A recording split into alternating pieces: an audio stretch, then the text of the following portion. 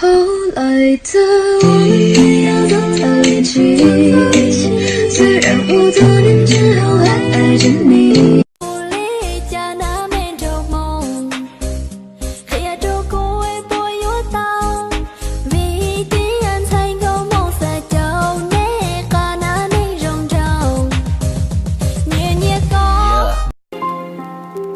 Em đừng đi xa quá, xin em đừng đi em mà.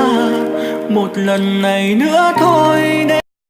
Nếu như em là mây, hãy mang mưa về đến đây và tưới mát những ngày khô khan, mang yêu thương chỉ mình anh chờ.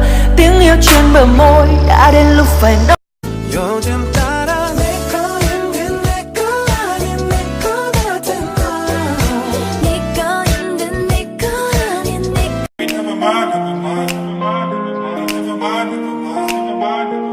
What if I left, then it made no sense, and you tell your friends and they hold your hands, baby. Never mind, never mind, never mind, never mind, never mind.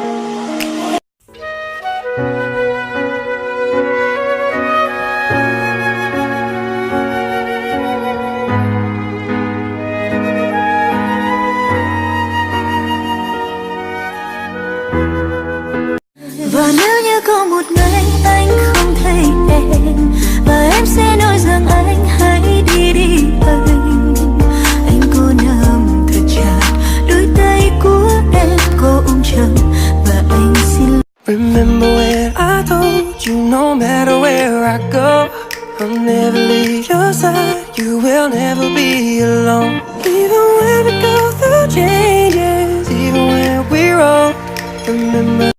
Giữ nhau thật chặt nhé, nếu đi ta cùng đi. Mọi bão giông đều qua khi con tim cùng theo lý trí.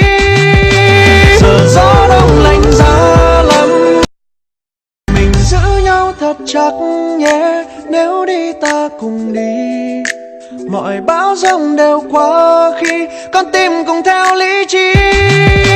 Giờ gió đông lạnh giá